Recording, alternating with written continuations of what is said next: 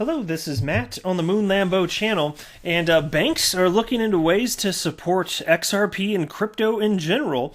So says a top regulator, none other than Brian Brooks, who I have to tell you, and I'm going to share an audio clip. He just sounds like, I know he sounds very clearly to be down with the concept of cryptocurrencies being used to move money around the planet, specifically as a bridge currency. I'm going to share with you a video clip where he doesn't say XRP, but holy hell, what he's describing sounds exactly like XRP. And so it's interesting because, look, I get a lot of times when people try and connect dots, which is not something I'm a big fan of doing here. You know, you could listen to something without context. You could apply to X number of things. What's interesting in this particular case, given that he is talking about crypto performing the role of a bridge currency, just consider this. He certainly is well aware of Ripple and XRP. There is no question of that. And there's only one cryptocurrency that is being positioned for this particular use case that's decentralized, right? It's XRP. So it's kind of interesting. I also have some comments from David Schwartz on just the idea of banks holding XRP. Like, will they do it? What would it take? Things along those lines. Before we go any further, if you would please ever so delicately tap the like button, I would definitely appreciate the support. And also go ahead and subscribe to the Moon Lambo channel if you love your mama, because she wants you to be happy. And if you subscribe to the Moon Lambo channel, you will indeed find true happiness. You are welcome, by the way. So let's jump into this first piece from the Daily Hodl. They titled it, U.S. Banks Exploring Whether to Support Bitcoin and Crypto Assets, says top regulator. Acting comptroller of the currency, Brian Brooks, says U.S. banking institutions are investigating ways to support crypto assets for interested clientele. In an interview with Laura Shin, host of the Unchained podcast, Brooks shares his insights on the ways in which U.S. banks have begun to explore the pathways toward crypto adoption in the wake of the Office of the Comptroller of the Currency, or OCC for short, their decision to grant banks the right to provide custody for cryptocurrencies. And indeed, when that came out, that was among some of the most positive and exciting news in all of 2020. That's a legitimate big deal there. And Brian Brooks, he previously worked at Coinbase, by the way. And so being interviewed by Laura Shin, it's actually kind of extra fun for me because, just to me personally at least, I think it's funny because Laura Shin, nothing against her personally whatsoever, but my gosh, she is against Ripple and XRP, super duper clear that she is very against them. Both Ripple and XRP. And then I'm going to share with you in a moment this clip where who she's interviewing here, Brian Brooks, is citing like the most obvious use case. He used the term killer app, actually. The most obvious use case is exactly what XRP is being positioned for. It's hilarious to me. But the OCC's letter awarding banks custodial rights to crypto assets was released in July, clarifying that banking institutions should be able to safeguard customers' most valuable assets, which today, for many, include cryptocurrencies. Shin addresses the OCC's determination, asking Brooks if he's seen a change in attitude towards cryptocurrencies from large financial institutions since the letter's publication. And here's a quote from Brian Brooks. Well, what I have heard in the grapevine, and I'll bet a lot of your listeners have heard the same thing, is that since our letter came out, a number of big crypto custodians, Anchorage, Coinbase, and a number of others, have been contacted by banks about whether they'd be willing to be like the third-party custody providers for national banks whose customers want to invest in Bitcoin. So how about that? It became clear there's clarity thanks to this particular government entity, and what do you know? Banks, regular old businesses, they're banks, went ahead and acted accordingly as a result of this. They started looking at this. Oh, our customers, they want this. Let's look into this. That's why I wish we had additional clarity, but regardless, it is cool to see this. Unquestionably, you're going to see a future where banks will store, your cryptocurrencies if you want them to. And I understand that for some purists out there, Bitcoin maxi troll types for sure, They would be against this concept, but people need to be able to do whatever they want. Not everybody is going to want to be responsible for their own private key. And for those of you that do want to be responsible and don't trust a bank at all, period, well, you don't have to. You can hold your crypto without it. For those of you that are a little bit more concerned, bam, hold it in a bank. To me, it's just about providing the opportunity for people to make those decisions for themselves and then not be ridiculously overly critical for if somebody feels differently about how they want to custody their crypto compared to you. Just let people do what they want to do. It's not a big deal here. But Brooks posits that the complexities involved in developing an internal framework to function as a custodian to cryptocurrencies will motivate banks to continue to reach out to existing centralized exchanges to store clients' cryptocurrencies. And here's another quote. So, in a world where you've got major institutional endowments like the Harvard and Stanford endowments who are invested in, significant amounts of Bitcoin, in a world where you have institutional investors looking for a qualified custodian for their Bitcoin and everything else, I think it is pretty likely that the trajectory will be that banks will not want to build their own custody capacity. This is very technically complex, but what they'll want to do is either buy crypto custodians or partner with crypto custodians to provide those services on their behalf. And now they can legally do that. Exactly. So banks can continue to specialize in what they specialize in and outsource what they don't. That makes sense just that concept in general makes sense for business. There's all sorts of stuff. Like I own a couple businesses. I outsource what I can as long as it, from a cost analysis perspective makes sense and I don't have to worry about it as much then. And there you go. I mean, those are a couple of the factors to consider there.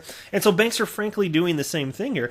And I think that banks trying to build their own system from scratch, unless they have some sort of technical expertise elsewhere that would make it seem likely that they could find success building this, I think they'd be better off to frankly outsource it or buy a company that does it. One or the other, and most banks are not going to be interested in buying a company outright for that purpose. So I think most banks are ultimately going to outsource this, and that's perfectly fine. There's no shame in outsourcing something. You're not going to be a specialist in all things that you do necessarily, especially if you're a bank.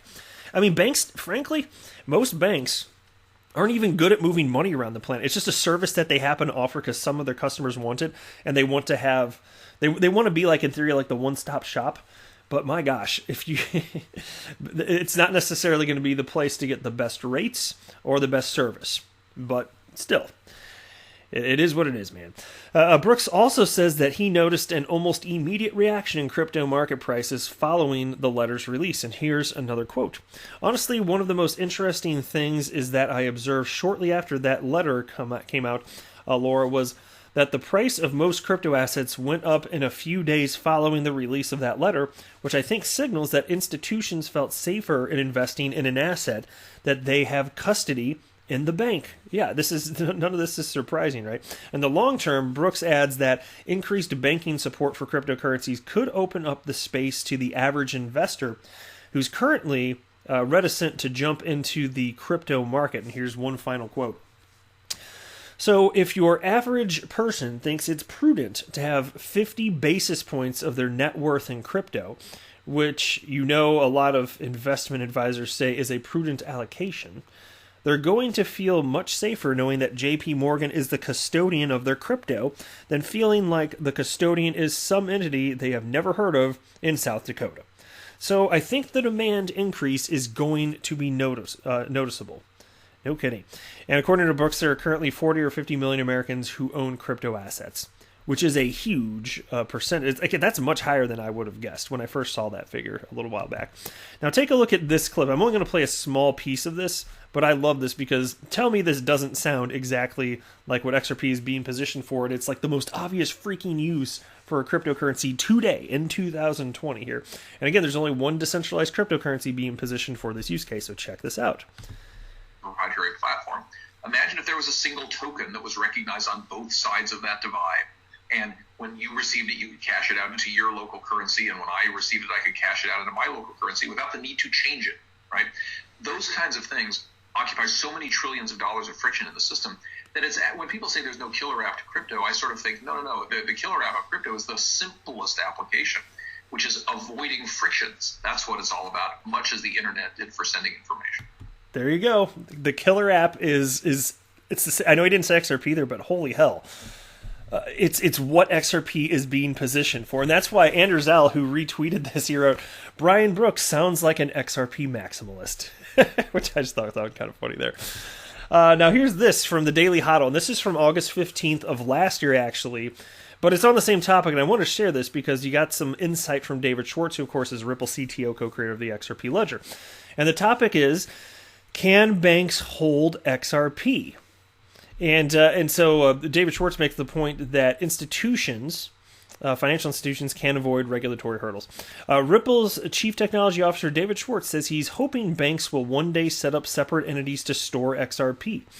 In a series of replies to an inquiry on Twitter, Schwartz explains how Ripple's cross-border payment solution XRapid, which of course now today is known as on-demand liquidity, is designed to give banks and financial institutions a legally compliant way to use XRP.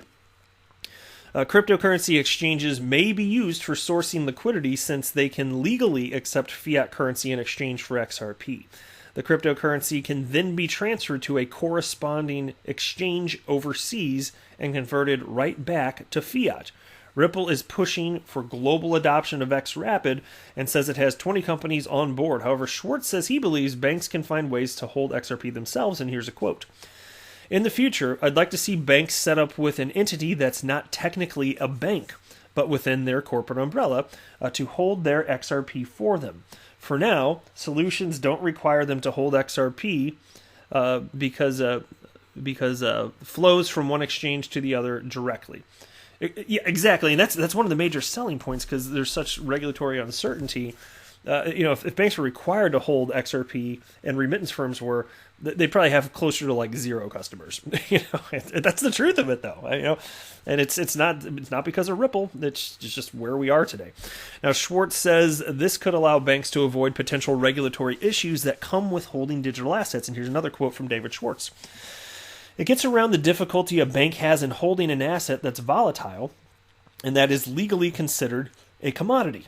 There are often regulatory obstacles to a bank doing that even briefly, but they can employ a non-bank to do it for them. They just structure it so that the non-bank has the exposure to the volatility and legally owns the XRP. The bank pays the non-bank a fee calculated to allocate the revenue as needed. Typically, the bank and the non-bank would be under common ownership, but not necessarily. Now, then the piece continues here. If a bank isn't interested in storing XRP themselves, Schwartz says Ripple itself or a separate company could ultimately store the XRP and act as the non-bank. And here's a final quote. The downside of this setup is that you need very high-level buy-in at the bank for them to be willing to jump through all the hoops it takes to set this up. A possible simplification might be for Ripple or another company to act as the non-bank and technically own the XRP. Isn't it neat to be seeing all this just be developed in real time? Like we have front row seats for this. And this is what the history books are going to be writing about. This stuff. Ripple's playing a huge part in the early days of the history of crypto, and I think will be for the foreseeable future playing a very major role. You're talking about the first a truly commercially adopted use case for any cryptocurrency on the planet. It happens to be XRP. How about that? That's why it's always so funny, and I mention this from time to time. The first use case for a crypto proposed was by Satoshi Nakamoto as Bitcoin to be used as a peer-to-peer cash system. Might end up being along the last use cases adopted because most people are not having trouble on the planet today. They're just not having trouble spending their own fiat currency, whatever it is. I think organically that use case could take hold over time, but you're not solving a problem for most people today, and technologically we're not there. But then you talk about XRP as a bridge currency. Well, holy hell. The first major use case adopted, it's here. It's astonishing, and I think a lot more money is going to flow into it. But we shall see. I am not a financial advisor. Do not buy or sell anything because of anything that I say or write. That would be a very, very, very bad idea. Until next time, to the moon, Lambo.